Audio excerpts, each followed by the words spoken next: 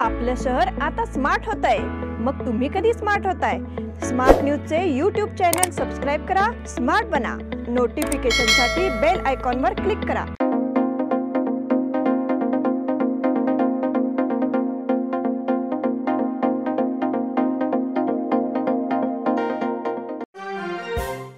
Mission election smart selection निवडणूक जाहीर झाली, प्रचाराची रणधुमाळी सुरू झाली।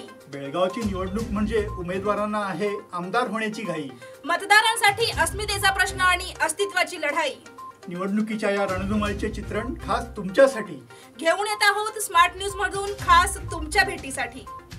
मिशन इलेक्शन स्मार्ट सिलेक्शन आपल्या लाडक्या चॅनलवर बघत रहा स्मार्ट न्यूज। नमस्कार, मैं अनुजा पाटिल स्मार्ट प्लस के आज के समाचार में आपका स्वागत करती हूँ। शुरुआत में एक नजर आज की सुर्खियों पर। प्रधानमंत्री मोदी सिर्फ 36 घंटे में 5300 किलोमीटर का सफर तय करेंगे। न्यूजीलैंड में भूकंप के बाद सुनामी का खतरा।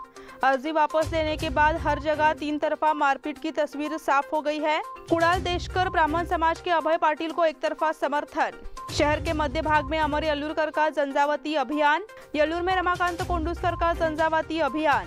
आपल्या लाडक्या मुलामुलीच्या लग्नाचा प्रश्न सोडवायचा आहे, एखाद्या चांगल्या मार्गदर्शक संस्थेचा शोध घ्यायचा आहे, मग आपला शोध इथेच थांबतो आहे। श्री स्वामी समर्थ वधूवर सूचक केंद्र मॅरेज ब्युरो। आमच्याकडे सर्व जाती धर्माची 40,000हून अधिक स्थळे उपलब्ध। कर्नाटक, महाराष्ट्र आणि गोवा परिसरातील स्थळांची मोठी यादी उपलब्ध।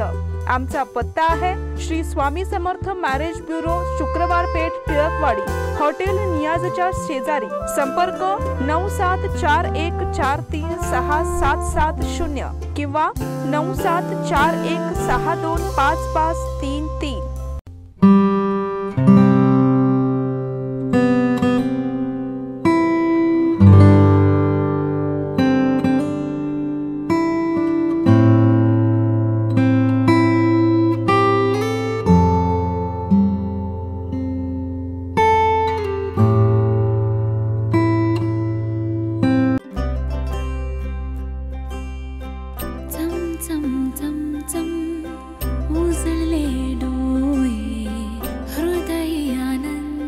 BS Channabasappa and Sons, the Textile Mall at Tilakwadi, Belagavi.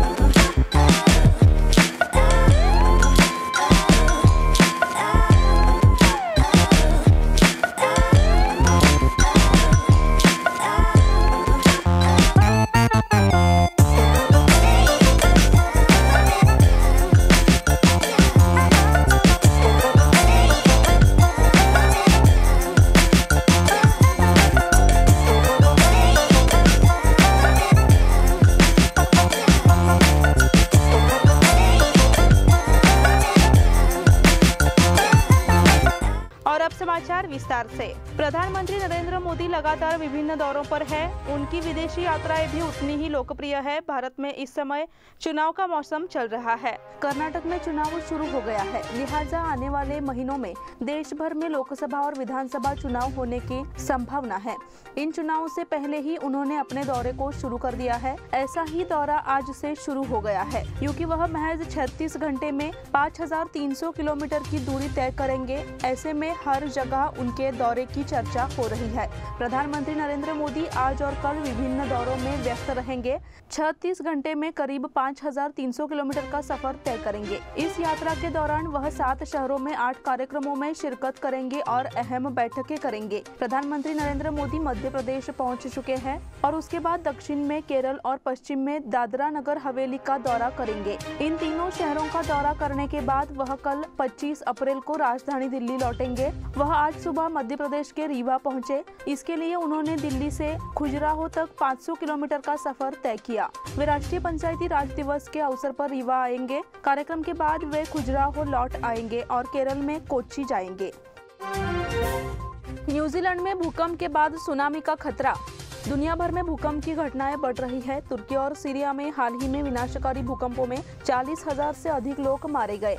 साथ ही कुछ दिन पहले न्यूजीलैंड भी भूकंप के झटकों से दहल उठा था। देश ने 1 महीने के भीतर एक और भूकंप देखा है। न्यूजीलैंड में आज सुबह फिर से 7.3 तीव्रता का भूकंप आया। भूकंप की तीव्रता नेशनल सेंटर फॉर सिस्मोलॉजी द्वारा दी गई है। इस भूकंप से हुआ नुकसान का भी अभी पता नहीं चला है। NCCS के मुताबिक न्यूजीलैंड के उत्तर पूर्व में कर्माडेक द्वीप में आज सुबह 6:11 पर भूकंप महसूस किया गया। हालांकि अभी तक किसी तरह के जान माल के नुकसान की सूचना नहीं है। पिछले महीने भी न्यूजीलैंड भूकंप के झटकों से दहल उठा था। इस बीच अमेरिकी सुनावनी चेतावनी प्रणाली ने भूकंप के बाद सुनामी की चेतावनी जारी की है। अर्जी वापस लेने के बाद हर जगह 3 तरफा मारपीट की तस्वीर साफ हो गई है। 10 मई को होने वाले विधानसभा चुनाव के प्रचार ने अब जोर पकड़ लिया है। आवेदन वापसी की अवधि सोमवार को समाप्त हो गई है और अब उम्मीदवारों की परीक्षा का दौरा शुरू हो गया है। बेलगाम उत्तर निर्वाचन क्षेत्र के लिए अपना आवेदन दाखिल करने वाले कांग्रेस के बागी उम्मीदवार अजीत पटवेगार ने अपनी उम्मीदवारी वापस ले ली है। इसलिए जवाब में कांग्रेस प्रत्याशी आसिफ उर्फ राजू सेठ प्रतिक्रिया दे रहे हैं कि पर्दे पर पलड़ा भारी हो गया है। अजीम पटवेगार का आवेदन वापस लेने के दौरान कांग्रेस के युवा नेता राहुल जारकीहोली मौजूद रहे। इसलिए चर्चा है कि सतीश जारकीहोली इस मध्यस्थता को लेकर आए हैं। बेलगाम जिले के कई विधानसभा क्षेत्रों से सोमवार को नाम वापसी की प्रक्रिया पूर्ण कर ली गई। कुडाल देशकर ब्राह्मण समाज के अभय पाटिल को एक तरफा समर्थन। भारतीय जनता पार्टी के आधिकारिक दक्षिण उम्मीदवार अभय पाटिल ने अपने अभियान की शुरुआत दक्षिण हिस्से से की है। इस मौके पर कुडाल देशकर ब्राह्मण समाज ने उन्हें भारी समर्थन देने का ऐलान किया। अभय पाटिल की प्रचार सभा समाज अध्यक्ष मिलिंद खानोलकर की अध्यक्षता में हुई। इस समय बोलते हुए पूर्व प्राचार्य श्री कृष्ण प्रभु ने अभय पाटिल द्वारा किए गए विकास कार्यों की समीक्षा की। उन्होंने यह भी कहा कि उनके जैसे सक्षम प्रत्याशी को चुनना हमारा कर्तव्य है। इस अवसर पर समाज जन और महिलाओं ने उन्हें विजयी बनाने का संकल्प व्यक्त किया। साथ ही स्वामी विवेकानंद रोड से नागरिक अभय पाटिल को मिले और तालियों की गड़गड़ाहट के साथ उनका अभिवादन किया और आने वाले चुनाव में उन्हें चुनने का संकल्प किया। शहर के मध्य भाग में अमर यल्लूरकर का झंझावाती अभियान। बेलगाम उत्तर से महाराष्ट्र एकीकरण समिति के आधिकारिक उम्मीदवार अमर यल्लूरकर ने शहर के मध्य भाग से एक भव्य अभियान निकाला। कंगराल गली, काकेटिक्स रोड, खड़क गली और अन्य क्षेत्रों से शुरू हुए अभियान ने उपस्थित लोगों का ध्यान आकर्षित किया। उन्होंने परिक्रमा के दौरान गली के वरिष्ठ नागरिकों का आशीर्वाद लिया। साथ ही हम महाराष्ट्र एकता समिति के आदेश के अनुसार यह चुनाव लड़ रहे हैं। उन्होंने मतदाताओं को यह भी आश्वासन दिया कि वह सीमा मुद्दे को हल करने के लिए हमेशा प्रतिबद्ध रहेंगे। इस अभियान में बड़ी संख्या में महाराष्ट्र एकीकरण समिति के निष्ठावंत कार्यकर्ताओं एवं महिलाओं ने भाग लिया। इलाके में जोरदार नारेबाजी के चलते महाराष्ट्र एकीकरण समिति के जयकारे गूंज उठे। यल्लूर में रमाकांत कोंडुस्कर का झंझावाती अभियान।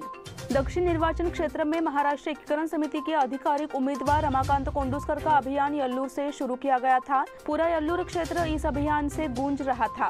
उपस्थित कार्यकर्ताओं ने जोरदार नारेबाजी कर रमाकांत कोंडुस्कर के प्रति अपना समर्थन जताया।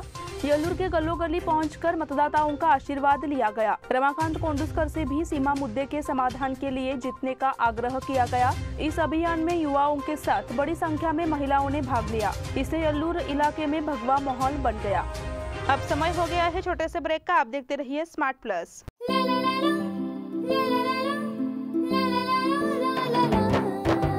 जले दीप अंगना में होगी रोशन दुनिया, पलकों तले छा जाए चांद तारों का साया।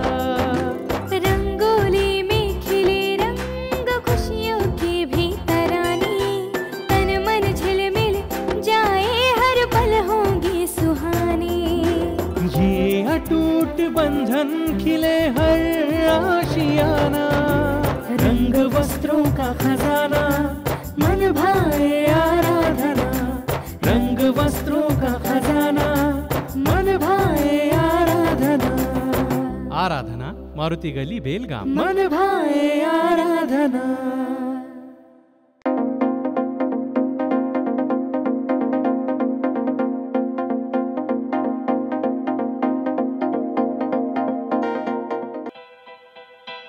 बेलगाम वासियों के पसंद में उतरा उड़ान बार एंड रेस्टोरेंट। सोशल डिस्टेंसिंग का ख्याल रखते हुए हमारा स्टाफ देता है बेहतरीन सर्विस का विश्वास। यहां है पार्टी और फंक्शन के लिए 3 आलीशान हॉल, कारपोरेट डिनर मीटिंग के लिए 3 अलग कक्ष, IPL मैच देखने के लिए 3 बड़े स्क्रीन की विशेष सुविधा।